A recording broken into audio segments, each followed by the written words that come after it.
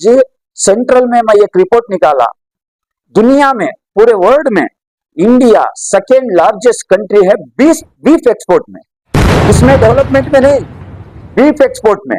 कौन है सेंट्रल में? पिछले 14-15 साल से आपके बाप ही चला रहे ना भाई, मोदी आप ही है ना सेंट्रल में, बीजेपी। क्यों इसको आप कंट्रोल नहीं कर रहे? आपको ताकत है तो जाओ। ये कंपनी का नाम बोलता हूं मैं, अरेबियन एक्सपोर्ट्स।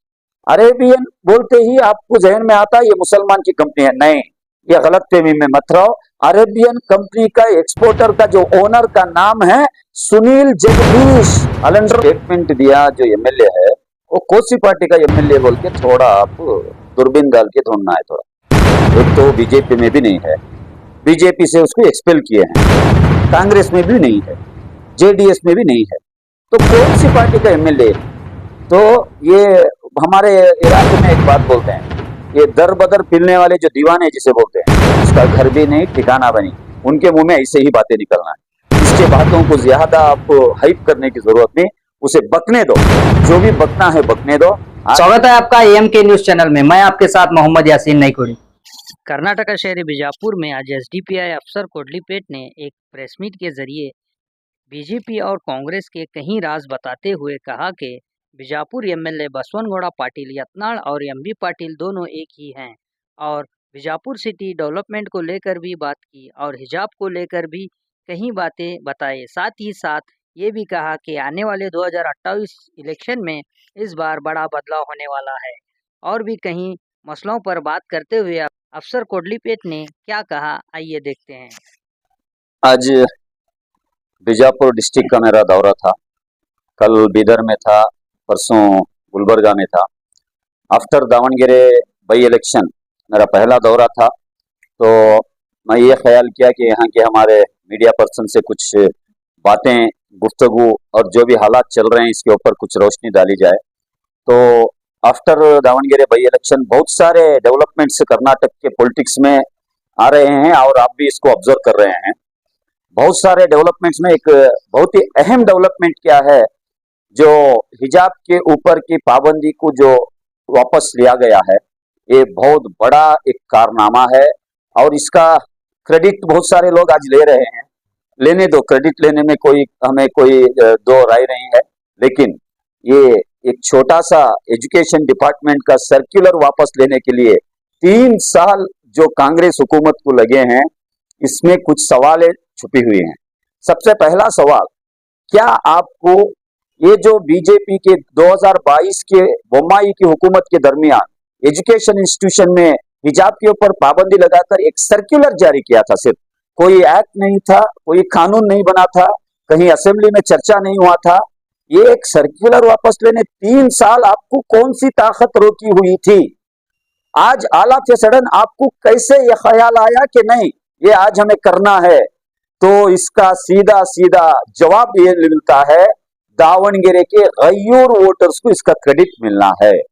जो दावणगेरे में मैं वहां के गयूर अहिंदा कम्युनिटी के गैरत का इलेक्शन लड़ा था, 18,975 वोट जो मिले हैं, तो ये वोट का नतीजा है ये हिजाब के ऊपर की पाबंदी को लिफ्ट होना। हाँ, इसका क्रेडिट मुझे नहीं चाहिए, इसका क्रेडिट मैं दावणगेरे के गयूर नौजवान साथियों को, गयूर वोटर्स को देना चाहता हूँ। हाँ, दूसरी बात, बहुत सारे एमएलए, बहुत सारे मिनिस्टर्स मैं देख रहा हूँ आज वीडियो बना रहे हैं, पोस्टर बना रहे हैं, इंस्टा में आ रहे हैं। आपको कुछ सवालात करना चाहता हूं मैं, उसके बाद आप भी इसका क्रेडिट लो। आप जब ये इशू राइज हुआ था, ये दिन कभी आप वो स्टूडेंट के हक में रोड पे उतरे थे क्या? ये प्रोटेस्ट आप करे थे क्या? ये कानूनी लड़ाई में उनकी मदद करे थे क्या? हाँ, अगर आप करके हैं तो आप क्रेडिट लो, लेकिन मैं सलाम भी करता हूं वो उड़पी के 5 मेरे कौम की बच्चियों का, उन्होंने बहुत दिलेरी के साथ, हिम्मत के साथ 4 साल तक ये लड़ाई, कानूनी लड़ाई लड़ते रहे, आखिरकार सुप्रीम कोर्ट तक भी हो गए। हाँ, जिस दिन ये इश्यू राइज हुआ, जब एजुकेशनल इंस्टीट्यूशन में मेरी बच्चियों को डोर क्लोज कर दिया गया था, उनके हक में social Democratic Party of India का कार्यकर्ता उतरा था। बहुत सारे लोग बोल रहे थे हिजाब इश्यू के पीछे एसडीपीआई का हाथ है, पीछे, लेकिन हमने बोला हिजाब इश्यू ये कोई जाती इश्यू नहीं है, ये उनका कॉन्स्टिट्यूशनल राइट्स है, उनका फंडामेंटल राइट्स है, उनका रिलीजियस राइट्स है। ये रिलीजियस राइट्स को दिलाने के लिए हम पीछे नहीं रुकेंगे, हम आगे ही रुक के काम करेंगे बोल के उस दिन भी स्टेटमेंट दिए थे, आज भी वही हम स्टेटमेंट में अटल हैं, कल भी रहेंगे। तो जितने भी लोग क्रेडिट लेना चाह रहे हैं, इसका सवाल ये सवाल का जवाब दियो।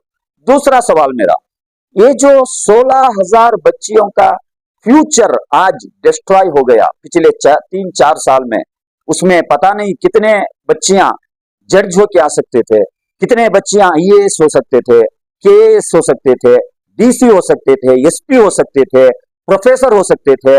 आज उनका फ्यूचर जो डिस्ट्रॉय हुआ है, इसका भरपाया कौन करेगा? इसका जवाब दियो। इसका भरपाया के लिए आपके पास क्या इक़दामात हैं, क्या अल्टरनेट्स हैं? तो हम आपको एक सजेशन दे रहे हैं आज।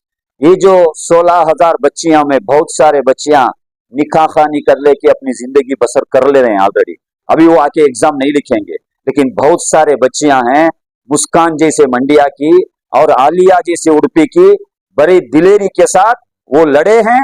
उनके लिए आज भी बहुत सारे हालात आ रहे हैं। इसलिए मेरा एक रिक्वेस्ट है, गवर्नमेंट से रिक्वेस्ट नहीं बल्कि ये आपकी जिम्मेदारी है, इनको एक स्पेशल प्रोविजन दिया जाए कि एग्जाम लिखने के लिए, क्योंकि ये पूरे एग्जाम के दौर में, एग्जाम के सीजन में ये इशू को रेज किया गया था, बीजेपी के जरिए से ये सर्कुलर जारी किया था। आप इलेक्शन से पहले वादा करे थे हम हुकूमत में आएंगे तो अव्वल कैबिनेट मीटिंग में हम इसको रिस्टोर करेंगे बोलकर, 3 साल तक आप नहीं करे। चलो आज तो आप दावणगेरे के बई इलेक्शन के बाद आज आपको इसका काम करना बोल के ख्याल तो आया, करे हैं तो ये 16,000 बच्चियों के बारे में भी कुछ स्पेशल इक़दामात अपनाओ। दूसरा मेरा सजेशन ये है, ये सिर्फ मधु बंगारप्पा आकर प्रेस कॉन्फ्रेंस में ऐलान करने से इश्यू सॉल्व नहीं हो जाता। सुप्रीम कोर्ट में केस आज भी पेंडिंग है, इसलिए कर्नाटक हुकूमत को चाहिए कि एक स्पेशल एफिडेविट फाइल करे सुप्रीम कोर्ट में और वो केस को विड्रॉ करे। और तीसरा काम, ये हिजाब के इशू के दरमियान बहुत सारे एक्टिविस्ट के ऊपर, बहुत सारे स्टूडेंट्स के ऊपर, बहुत सारे पेरेंट्स के ऊपर झूठे मूठे केस डाल दिए गए हैं, वो केसेस को भी विड्रॉ करो। ये 3 चीज करो, क्रेडिट वापिस लियो। हमें नहीं चाहिए क्रेडिट, लोगों को बेहतर मालूम है ये कौन पहले अव्वल दिन से इसमें थे। अगर आप क्रेडिट लेना चाहते हैं तो ये 3 चीज करके आप क्रेडिट के बारे में बात करो। और रही बात ये कांग्रेस हुकूमत को बहुत सारे आज उनके जो वादे किए गए थे उसको याद दिलाने का काम कर्नाटक के कोने कोने में आज चल रहा है। बेंगलुरु में एक मीटिंग चली थी एग्रीकल्चरल भवन में, स्वाभिमानी मुस्लिमरा वेदी केबल के, इसमें जो वादे कांग्रेस हुकूमत करी थी, 16 तारीख को टाउन हॉल में भी एक प्रोग्राम हुआ, उसमें भी कांग्रेस हुकूमत जो माइनॉरिटी कम्युनिटी के लिए खास वादे करी थी उसको याद दिलाने का एक मौका वो कॉन्फ्रेंस में देखने को मिला। चलो आज कम्युनिटी क्वेश्चन करने के लिए तैयार हो गई है। अभी आपकी ढकोसले बातें नहीं चलेंगे, अभी आप इलेक्शन में आके वोट मांगने के लिए आएंगे तो आपका गिरेबान पकड़ेगी ये कम्युनिटी, क्योंकि आज दावणगेरे बई इलेक्शंस के बाद बहुत बड़ा चेंजेस आ गया है। अपने वोट के हुकूक को पहचान चुकी है कम्युनिटी, और इतने दिन SC ST माइनॉरिटी OBC के जो होलसेल में टेकन फॉर ग्रांटेड होके जो आप वोट ले रहे थे, अभी वो दौर नहीं है। अभी दावणगेरे इलेक्शन के बाद ये दौर बदल गया, अभी नया दौर है। आज कम्युनिटी पूछने के लिए तैयार हो गई, तो आप जो वादे करे थे 2B रिजर्वेशन का मसला इमीडिएट आप उसको रिस्टोर करना और 8% को इंक्रीज करना। जब हिजाब का ये 2B रिजर्वेशन का मसला लेकर social Democratic Party of India Bengaluru से लेकर बेलगावी तक जो चलो बेलगावी सोशल जस्टिस के लिए अंबेडकर जाता करी थी, 4 केस हमारे ऊपर डाले यही कांग्रेस हुकूमत, बीजेपी नहीं। क्या आप मैसेज दिए, आप हमारे ऊपर केस डाले तो ये मुहिम रुक जाएगी। हाँ, बेंगलुरु से बेलगाम को जाने के दरमियान हमारे 100-200 कार्यकर्ता थे बस, आज पूरा कर्नाटक जाग चुका है। कर्नाटक के कोने कोने में भी आज लोग सवाल कर रहे हैं। Social Democratic Party of India ये काम में कंटिन्यू है। आप केस डालने से हम ये रास्ते में रुकने वाले नहीं। जैसा हिजाब के ऊपर की पाबंदी आप पीछे हटाए हैं, 2B रिजर्वेशन को भी रिस्टोर करना पड़ेगा, और गांव कशी की बिल जो लाई गई है इसको भी विड्रॉ करना पड़ेगा, और जो एंटी कन्वर्शन बिल लाई गई है इसको भी आप विड्रॉ करना पड़ेगा। और सबसे बड़ी बात, जो आप वादा करे थे अगर कांग्रेस हुकूमत आएगी तो माइनॉरिटी के डेवलपमेंट के लिए 10,000 करोड़ रुपीस का बजट अलोकेट करेंगे, इसको भी आप फुल करना पड़ेगा। अगर आप नहीं करेंगे, याद रखो 2028 के इलेक्शन में जब आप वोट मांगने ये कम्युनिटी के घरों को जाएंगे, आपका गिरेबान पकड़ेगी ये कम्युनिटी। तो social Democratic Party of India आज के इस प्रेस कॉन्फ्रेंस के जरिए से ये कांग्रेस हुकूमत को याद दिला रही है, सिद्धरामैया साहब, मैं सोशल जस्टिस का चैंपियन बोल के फेसबुक में पेपर में ऐड देने से वो काम नहीं हो जाएगा। आप अगर आज सीएम की कुर्सी पर बैठे हैं तो एससी, एसटी, माइनॉरिटी और ओबीसी का ऋण है। अगर ये कम्युनिटी आपको लास्ट इलेक्शन में एन मासों की अगर वोट नहीं देती तो आप कुर्सी पे कहां बैठते? डीके शिव कुमार साहब दावणगेरे के बाई इलेक्शन के रिजल्ट के दरमियान 17,000 वोट था, अभी भी आंकड़ा 18,000 नहीं पहुंचा था। ये बहुत डेंजरस है बोले। डेंजरस सिद्धरामैया को या डीके शिव कुमार को क्यों दिशा है मालूम आपको? अगर ये जो दावणगेरे के गयूर गीरत के वोटर्स जो ये इकदाम अपनाए हैं 28 के इलेक्शन में, अगर 30 या 40 कॉन्स्टिट्यूएंसी में अगर ये कम्युनिटी ये गीरत इनका जाग गया तो इनकी कुर्सी कहां रहेगी बोल के वो डेंजरस उनको नजर आया है, उनको जहन में आया है। तो इसलिए ये कम्युनिटी के इश्यूज अगर आप रिसॉल्व नहीं करेंगे, जो वादे आप करके आए थे, ये कोई हमें भीख नहीं दे रहे आप, ये भी याद रखो। ये हमें भीख नहीं मांग रहे, ये हमारा हक है, हमारा हुकूक है, हमारा कॉन्स्टिट्यूशनल राइट्स है, ये आपको देना ही पड़ेगा। सिर्फ गारंटी बस फ्री देकर 2,000 पैसा देकर आप सीट में आइंदा आगे नहीं बढ़ सकते। आप ही वादा करके आए थे ये कम्युनिटी को, इसको भी आप पूरा करना पड़ेगा। इसके साथ साथ और एक दो तीन इश्यू हैं। ये जो आज पुनीत केरेहली एक मर्डरर, एक एक एक बहुत बड़ा क्रिमिनल गुंडा आज जाकर मुसलमानों के घरों में, गलियों में जानवरों का इंफेक्शन के लिए जा रहा है। मैं पूछना चाहता हूं यहाँ के होम मिनिस्टर जी परमेश्वर साहब से और यहाँ के पुलिस कमिश्नर से, कर्नाटक के डीआईजी से, आप पुनीत केरेहली को क्या एक्स्ट्रा कॉन्स्टिट्यूशनल बॉडी बनाकर कोई अथॉराइजेशन दे दिए हैं क्या? अगर दे के हैं तो वो डिस्क्लोज करो। कौन है इन्हें, इसको कौन इख्तियार दिए कि मुस्लिम मोहल्लों में घुसने का? आज कल मैं वीडियो देख रहा था, महिला आयोग की जो चेयरमैन है जो नागलक्ष्मी, इसको बर्थडे विश कर रही है। सिद्धरामैया साहब, कब से प्रोटोकॉल आ गया कि महिला आयोग की जो चेयरपर्सन है ये मर्डरर को जाकर बर्थडे विश करने का कोई आपका प्रोटोकॉल है क्या? ये क्या तमाशा बना के रखे हैं? कौन है ये पुनीत केरेहली? कौन इसको ये राइट्स दिए? और एक सवाल भी मैं करना चाहता हूं, यहाँ के जो मुस्लिम एमएलए हो या मिनिस्टर्स हो, हिजाब के इश्यू में आके क्रेडिट लेने आ रहे हैं ना, क्या आपके आंख नहीं दिस रहे? आपके कान सुंद हो गए हैं? इसके बारे में आप क्यों सवाल नहीं कर रहे? अरे आपके चीफ मिनिस्टर कुछ सिंगुलर में बात कर वीडियो कर अरेस्ट हुआ है ये पुनीत केरेहली। इसके बारे में एक एक्शन लेने के लिए ताकत नहीं है आपको, दम नहीं है आपको? अरे anti cow slaughter bill withdraw करते तो ये माहौल ही नहीं आता था। और एक बात मैं बताना चाहता हूँ, ये पुनीत केरेहली और ये बीजेपी बजरंग दल वालों को, आप ये जो घर को जाकर मुस्लिम मोहल्लों में जाकर गाय पकड़ने का जो नाटक रचा रहे हैं ना, इमोरल पॉलिसिंग कर रहे हैं ना, मार्केट में, बाजार में ये गाय कौन लाके बेच रहे हैं? कौन? क्या मुसलमान बेच रहे हैं क्या? जाओ मार्केट में आप, यहाँ के फार्मर्स, गरीब फार्मर्स, अगर एक गाय दूध नहीं देती, वो अगर उनके कल्टीवेशन के लिए इस्तेमाल नहीं होती तो कौन खरीदेगा उसको? वो लाके मजबूरन बेच रहे हैं। तो आपको इतनी हिम्मत है तो जाओ बाजार को, उनको बोलो आप ये मत बेचो। मत बेचो बोले तो नहीं हो जाएगा। मत बेचो बोलने से आप क्या करो, सेंट्रल में बीजेपी हुकूमत है, 1 किलो गोबर को 5,000 रुपए रेट फिक्स करो और वो फार्मर्स को दियो। अगर 1 किलो गोबर डालती है तो 5,000 रुपए उनको दियो, वो बेचेंगे नहीं। ऐसे इख्तियार अपनो। हाँ, रही मुसलमानों की बात, मुसलमान कुर्बानी देने के लिए हमें बड़ा जानवर ही जरूरी नहीं है, हमें बकरा भी दे सकते हैं, बड़ी बात नहीं है हमारे लिए। लेकिन जो फार्मर्स आज मुश्किल में हैं, बहुत सारे फार्मर्स घर में उनका घर नहीं चल रहा, उनके बारे में कौन गौर फिक्र करना?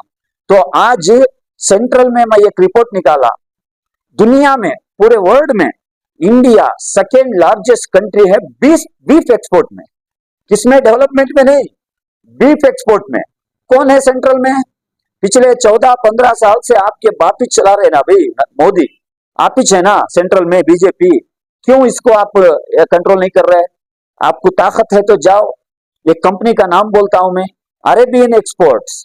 अरेबियन बोलते ही आपको जहन में आता है ये मुसलमान की कंपनी है। नहीं, ये गलत फहमी में मत रहो। अरेबियन कंपनी का एक्सपोर्टर का जो ओनर का नाम है सुनील जगदीश, अंडरलाइन कर लियो।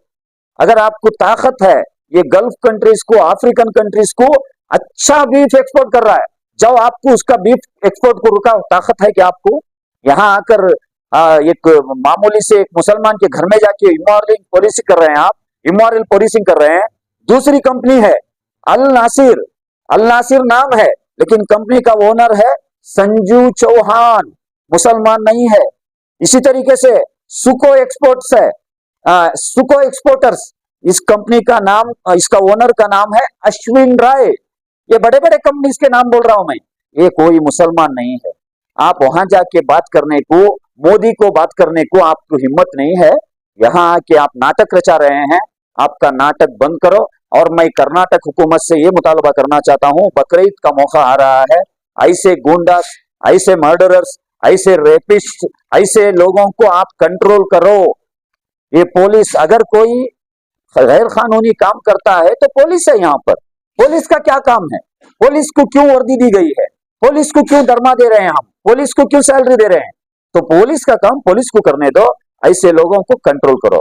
और रही बात बीजापुर की, बीजापुर आप बेहतर जानते हैं, एमबी पाटिल इधर, उधर बसवनगौड़ा पाटिल यत्नाल, दोनों की मिली जुली भगत में यहाँ के लोग परेशानियों का बड़ा एक ढेर है इनके ऊपर।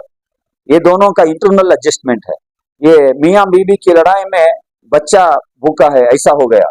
यहाँ के इश्यूज में देख रहा था, 2-3 दिन पहले हमारे डिस्ट्रिक्ट कमेटी वाले इतने सारे इश्यूज को लेकर यहाँ के डीसी को मेमोरेंडम दे के आए हैं, ये इश्यूज रिसॉल्व नहीं हो रहे।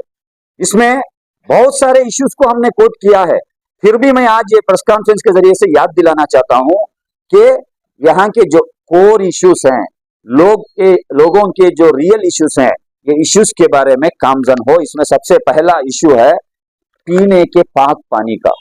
आज बीजापुर के सिटी में 15 से ज्यादा वार्डों में 3 दिन, 4 दिन, 5 दिन के कोई एक मरतबा पानी आ रहा है। तो कैसे उनका गुजराना होगा? क्या करेंगे उनको पानी को? क्या इंतजाम करेंगे? क्या हेलीकॉप्टर में लाके पानी कोई दे सकते हैं क्या? हाँ, 15 दिन को एक बार आ रहा है एक एक वार्ड में। तो ये बहुत बहुत बेसिक इश्यू है, इसके ऊपर बहुत गौर व फिक्र करना है यहाँ के अथॉरिटीज को। लेकिन किसको बोलेंगे दर्द जाके? ये दोनों का नक्शा ऐसा है, टॉप मिनिस्टर है, एमएलए है। अगर आप बीजापुर के कारपोरेशन को जाएंगे, 3, 4, 5 साल से एक ही ऑफिसर घूटा मार के बैठा है। ट्रांसफर का रूल कहता है 3 साल से ज्यादा एक ऑफिसर एक प्लेस में नहीं रह सकता। ये दोनों के नक्शस में 5 साल, 6 साल से एक ही जगह पर हैं। पूरे पैसे रिश्वतखोरी में ये मुब्तला हैं। तो कहां से काम होगा? तो ये जो भी 3 साल से ज्यादा जो भी ऑफिशियल्स हैं, वो कोई भी डिपार्टमेंट क्यों ना हो, वाटर डिपार्टमेंट हो, इलेक्ट्रिक डिपार्टमेंट हो, हेल्थ डिपार्टमेंट हो या कारपोरेशन हो, इमीडिएटली इनको एज पर रूल कहां कहां किसे किसे ट्रांसफर करना, ट्रांसफर करो, तो आपके बहुत सारे इश्यू रिसॉल्व हो जाएंगे। तीसरा इश्यू, यहाँ पर बहुत सारे गवर्नमेंट प्रॉपर्टीज का एनक्रोचमेंट हुआ है। जाके कंप्लेंट देने के बावजूद उसको, ये एनक्रोचमेंट को रिसॉल्व करने के लिए कोई आगे नहीं आ रहा। तो इसको भी बहुत प्रायोरिटी में काम करना। और अभी मैं ये रोड में आ रहा था, ये जामिया मस्जिद का रोड है, थोड़ा अगर आगे जाएंगे तो गोल गुंबज है। दुनिया के कोने कोने से टूरिस्ट आते हैं यहाँ पर, लेकिन ये रोड में अगर आप कार में या बाइक में आएंगे तो आप स्ट्रेट टू स्ट्रेट नहीं आ सकते। जाने में डांस करके आना, आपको कभी लेफ्ट जाना, कभी राइट जाना। तुम्हें राइट गए तो पीछे आने वाला तुमने आको मारने वाला, तुम्हें लेफ्ट गए तो पीछे आने वाला तुमने आने मारने वाला। क्यों? क्योंकि रोड रहा तो सही रोड में जाते हैं ना। रोड पूरा खड्डा पड़ गया है, पैच हो गया है। यहाँ पर अनसाइंटिफिक तरीके से रोड बनाए हैं। तो रोड सिटीज के, खास करके मुस्लिम डोमिनेटेड वार्ड्स के रोडों में अनसाइंटिफिकली जो वर्क हुआ है, इसको रिजॉल्व करो, साइंटिफिकली ये वर्क करो। तो ये भी हमारा मुतालबा है। इसी तरीके से यहाँ पर पब्लिक सेफ्टी दूर दूर तक नजर नहीं आ रही। आज यहाँ पर पब्लिक एक तो कुत्तों से परेशान है। अरे ये नया एक दौर चल रहा है। कल भी मैं हुंगाबाद में, हंसने की बात नहीं है लेकिन दर्द होता है। 4 महीने की बच्ची के ऊपर कुत्तों का अटैक होता है, बच्ची का डेथ हो जाता है। 4 महीने की बच्ची, क्या कर सकती है? छोटे छोटे बच्चे सुबह उठकर स्कूल जाते हैं, मदरसा जाते हैं, कहीं दुकान में दूध लाने जाते हैं, क्या उनके साथ गनमैन रख के जाना है क्या वो? ये कुत्तों को कंट्रोल करने के लिए स्पेशल इकदाम अपनाना है कारपोरेशन के जरिए से, तो ये भी बहुत बड़ा इश्यू है। पब्लिक सेफ्टी नहीं है यहाँ पर। ट्रैफिक रूल दूर दूर तक रहे, क्या करेंगे? ऐसे रोड रख के ट्रैफिक रूल कहां से लेके आएंगे? तो ट्रैफिक पुलिस को भी इकदाम अपनाना है। और इसी तरीके से यहाँ पर जो ट्रांसफर का इश्यू है, ये इश्यू अगर रिसॉल्व हुआ तो आपके बहुत सारे इश्यू नेचुरली रिसॉल्व हो जाएंगे। तो ये भी लोकल कुछ इश्यू हैं। तो मैं आज DWC मीटिंग भी हमारे यानी डिस्ट्रिक्ट वर्किंग कमेटी की मीटिंग है, वहां पर भी कुछ इश्यूज हम चर्चा करने वाले हैं। उसमें SIR बहुत ही डेंजरस एक पॉलिसी नहीं है, एक रूल यहाँ पर इलेक्शन कमीशन के खांधे पे रख के SC ST माइनॉरिटी वोटर्स को डिलीशन करने का प्रोजेक्ट लाया जा रहा है, जिसके खिलाफ जिस तरीके का एक मुखालिफत कांग्रेस हुकूमत करना था, इसमें फेल्यूर हो गई है कांग्रेस हुकूमत। लिहाजा हम उनको जब के बैठे तो आप हमारे वोट हम नहीं बचेंगे, इसलिए social Democratic Party of India और बहुत सारे प्रोग्रेसिव ऑर्गेनाइजेशंस मिलकर SIR को जैसा NRC CAA की मुहिम हम चलाए थे, बॉयकॉट NRC रिजेक्ट CAA, इसी तरीके से SRC को हम कतई लाने नहीं देंगे, ऐसी एक मुहिम चलाना है। इसके बारे में भी आज हम डिस्कशन करेंगे। तो आइंदा आने वाले 30 तारीख को इसी महीने के पूरे कर्नाटक में पूरे प्रोग्रेसिव लीडर्स, पूरे प्रो कॉन्स्टिट्यूशनल एक्टिविस्ट, SDPI जो सेक्युलर पॉलिटिकल पार्टीज हैं, पूरे मिलकर एक पुरजोर तरीके से एहतजाज करने का फैसला लिया है। और CM सिद्धरामैया और कर्नाटक हुकूमत को SDPI का एक स्पेशल रिक्वेशन भी है, कर्नाटक में आप SR करो। SR मतलब स्पेशल रिवीजन, इंटेंसिव रिवीजन नहीं।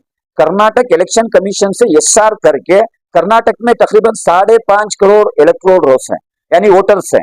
5.5 करोड़ वोटर्स में ये SIR कर एक ड्राफ्ट रेडी करो। अगर इन्हों कंपेल करेंगे मोदी की हुकूमत इलेक्शन कमीशन के जरिए से, तो ये रोल उनको सबमिट करो, खेल खत्म हो जाएगा। लेकिन ये भी नहीं कर रही कांग्रेस हुकूमत। एक स्पेशल एक सेशन बुलाओ इसके लिए, SIR के इकदाम अपनाने के लिए, क्योंकि आपको राइट्स है, आपके राइट्स के ऊपर ये अटैक हो रहा है। ममता बनर्जी बहुत लड़ाई लड़ने के बावजूद 37 लाख वोटर्स को डाउटफुल वोटर्स की लिस्ट में डालकर इलेक्शन चले, तो रिजल्ट क्या आया आपको मालूम है। याद रखो कांग्रेस वालों, SIR अगर कर्नाटक में हुआ, कांग्रेस के 30 से 40 MLA जीत नहीं सकते। ये मेरी बात नहीं है, ये बीजेपी के पास परफेक्ट डाटा है, उनकी बहुत बड़ी कॉन्स्पिरेसी है। आप हुकूमत में हैं इसलिए आपको पूछ रहे हैं। अगर SDPI हुकूमत में रहती तो अलग रहता हमारा स्टैंड। तुम्हें है, आपको अपनी जिम्मेदारी का हम याद दिला रहे हैं, आपको आगाह कर रहे हैं। तो आज उसके बारे में भी हम इक़दाम अपनाएंगे, डिस्कशन करेंगे। और आखिर में आज पूरे कर्नाटक में ये जो एक हवा जो चल रही है, हवा मतलब एक अल्टरनेट सियासत को ढूंढने का, after Davangere by election Social Democratic Party of India बावखार सियासत के लिए SDPI में जुड़ो बोल के कैंपेन भी हम कर रहे हैं। मैं सभी इस बीजापुर जिले के लोगों से SC ST माइनॉरिटी OBC खासकर जो पॉलिटिकली जो टारगेटेड साइडलाइन कम्युनिटी हैं, इनसे रिक्वेस्ट करता हूं, हम अभी कोई सो कॉल्ड सेक्युलर पार्टी के पीछे जाने से हमारे इश्यू सॉल्व नहीं होते। हम अपनी सियासत करेंगे, बावखार सियासत करेंगे, इज्जत की सियासत करेंगे, गैरत की सियासत करेंगे। आ जाओ, SDPI का मेंबरशिप लियो, हमें 20 रुपए मेंबरशिप का फीस देकर हमारी पार्टी में ज्वाइन हो जाओ। हमारे कार्यकर्ता आपके गांव तक आएंगे, आपकी गली तक आएंगे, आपके मोहल्ले तक आएंगे, हमारी पार्टी में जुड़ो। हम सब मिलके आइंदा आने वाले दिनों में हमारी सियासत हम करेंगे।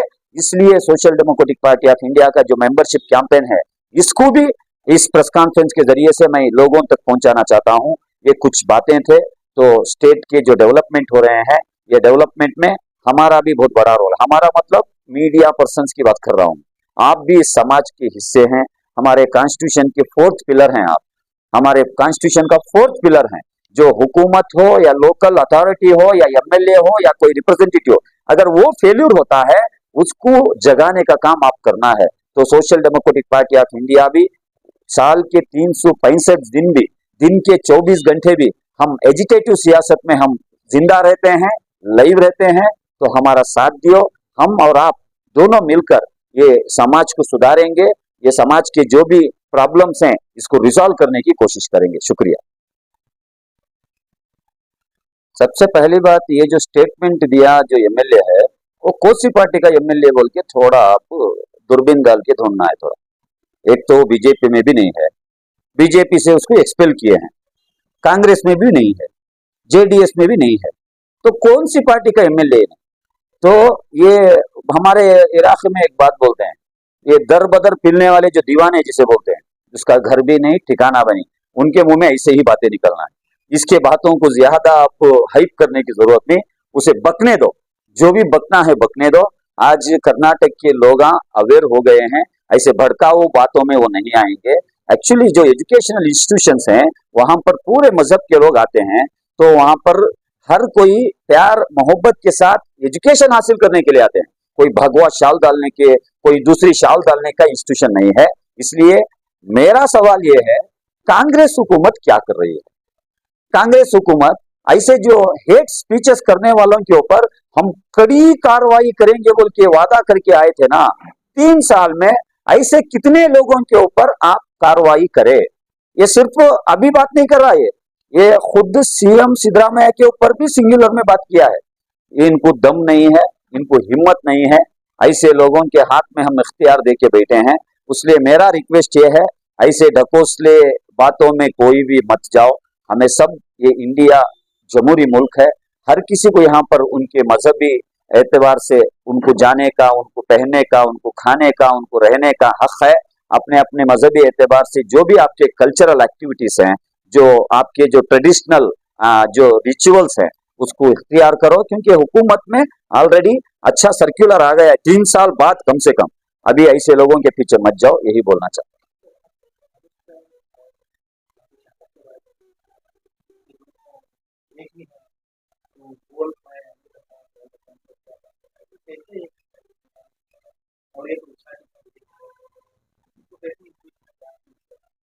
वही मैं बोले, हाँ, कन्नड़ा में एक कहावत है, ನಾನು ಹೊಡೆದಂಗ್ ಮಾಡ್ತೇನೆ ನೀನು ಅತ್ತಂಗ್ ಮಾಡು बाबू।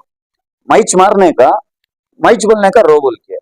तो कर्नाटक में जेडीएस और बीजेपी की जब हुकूमत थी, यही सिद्धरामैया के खास 17 एमएलए बॉम्बे के रिसोर्ट में जाकर गाय और भैंस जैसा बेचते हैं ना मार्केट में, 50-50 करोड़ में बिककर बीजेपी की हुकूमत को लाए।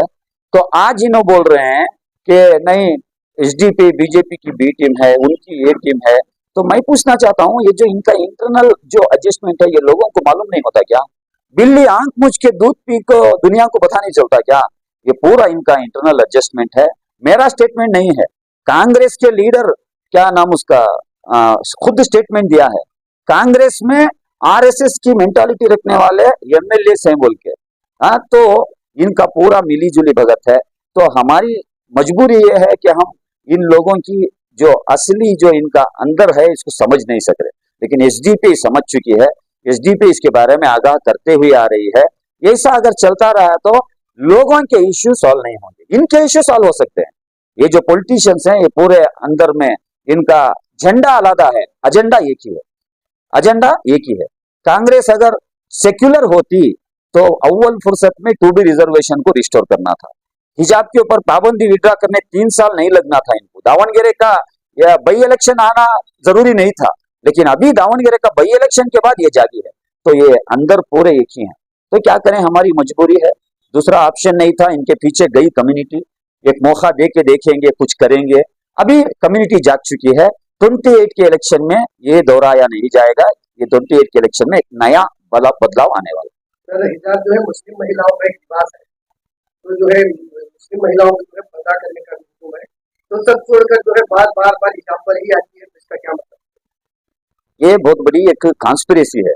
एक्चुअली आप हमारे president of India Pratibha Patil, उसको देखेंगे तो आपको पता चलेगा, कभी भी वो घूंघट डाल के ही रहती है।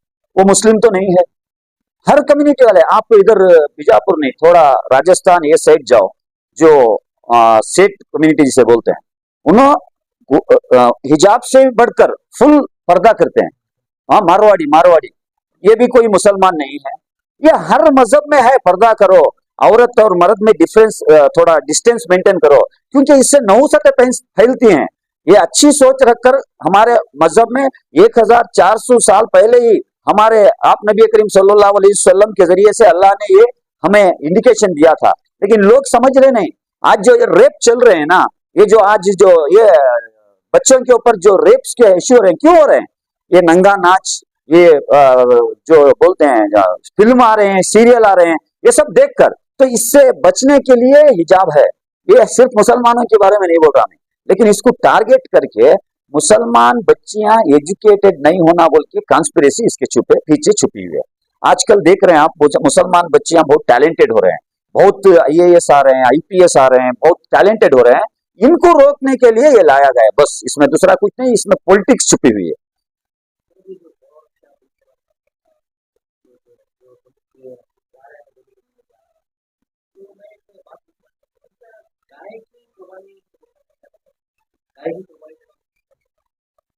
तो फिर लोग क्यों नहीं उसे नहीं, आपका सवाल अपनी जगह पर सही है, लेकिन एक ट्रेडिशनल चलते हुए आया है। आज नहीं, 1740 साल से भी एक ट्रेडिशनल। अगर कोई बकरा देने की इस्तात है तो वो बिल्कुल फर्स्ट प्रायोरिटी बकरे को ही जाएगा।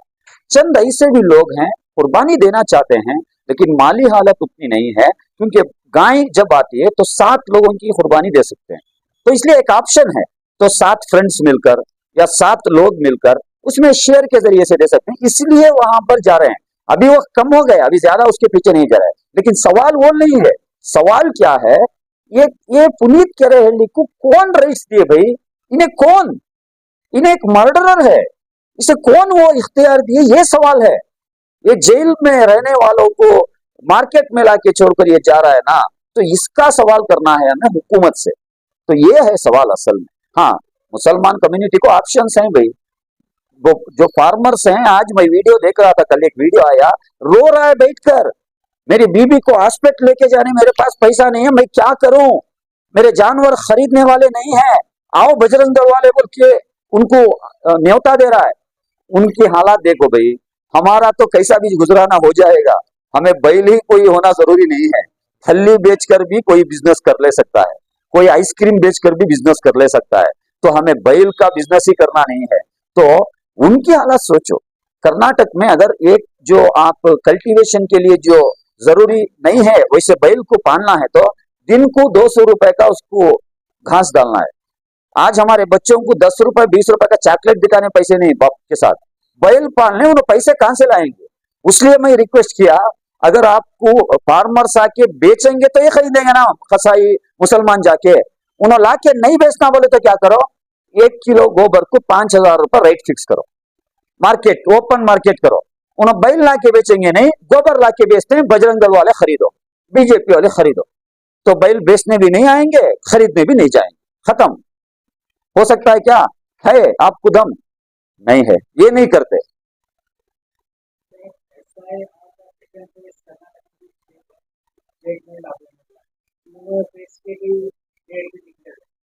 अगर ऐसा माहौल जैसा कि आसाम में हुआ और पंजाब में हुआ, इस तरह से वहाँ पर ऐसा वोट को काटा गया और काफी दिक्कत भी कम्युनिटी को, ऐसे हालात यहाँ पैदा होंगे तो social Democratic Party of India किस तरह से इकदाम करते हैं? देखिए, सबसे पहली बात, SIR के बारे में SDP आज बात नहीं कर रही। दूसरे लोग आज जागे होंगे, सोए थे उन्होंने गरम बेडशीट ओढ़कर, लेकिन 4 महीने पहले इसी बीजापुर में खुद मैं आया था कि मैपिंग का जो प्रोसेस चल रहा था, उसमें लोगों को जो परेशानियां आती हैं उसको कैसे रिजॉल्व करना बोल के हमें बूथ लेवल असिस्टेंट्स को अपॉइंट कर कर हम फील्ड में थे। इसलिए कल जो आने वाले परेशानियां हैं उससे क्या करना बोल के हमारे पास आज ही पैकेज रेडी है, ट्रेनिंग भी हम दे के रखे हैं। तो आने वाले दिनों में बहुत बड़ा खतरा है, ये सिर्फ मुसलमानों के लिए नहीं, पूरे जो भी डाउन ट्रेडन कम्युनिटीज हैं, जो SC ST माइनॉरिटी OBC, ये ही टारगेटेड है इनका। तो इसलिए बहुत बड़ा खतरा आने वाला है। हम हुकूमत से ये मुतालबा करते हैं, SDP अकेला ये काम करे तो ये रिसॉल्व नहीं होता, सब मिल के काम करना पड़ेगा। हमें भी फील्ड में है, पूरे लोग फील्ड में उतरो, यही मैसेज हम देना चाह रहे हैं। और खतरे में बहुत सारे खतरात हैं इसमें। तो अब असम में 37 लाख वोटर्स को डाउटफुल वोटर्स में रखे, बहुत सारे लोग कोर्ट को गए, ट्रिब्यूनल को गए। आपको पता है ये 35 लाख में 135 लोगों को राइट्स दिए हैं, क्योंकि वो प्रोसेस ही वैसा है, हियरिंग प्रोसेस। तब तक इलेक्शन आ गया, खत्म हो गया। तो इनका मंसूबा क्या था, ये इलेक्शन में वोट नहीं करना, इतना ही मंसूबा था। कर्नाटक में भी एक रिपोर्ट आ गई, प्रजावाणी में एक आर्टिकल आया था, 5.5 करोड़ वोटर्स हैं कर्नाटक में इलेक्ट्रोल में, उसमें 2 करोड़ 1 लाख वोटर्स मैप नहीं हो रहे बोल के एक रिपोर्ट आई है। और एक पेपर में 1 करोड़ 1 लाख वोटर्स बोल के आए हैं। अभी ये दोनों के दरमियान एक फाइन ट्यून करके इन्हें लेके जाके आंकड़ा खड़ाएंगे, 1 या 2 के दरमियान। ये एक ट्रेलर है बस, ये आया जो रिपोर्ट।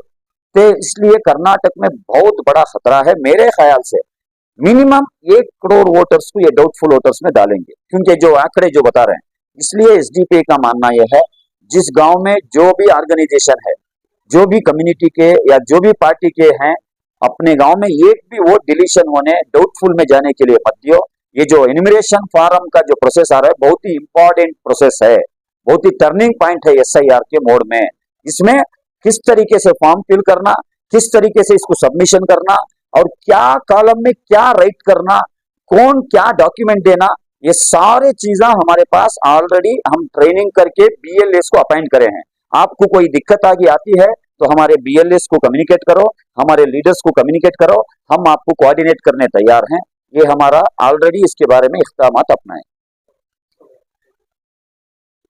और ज्यादा खबरों से जुड़ने के लिए हमारे इस चैनल को लाइक करें, सब्सक्राइब करें और बेल आइकॉन दबाना ना भूलें।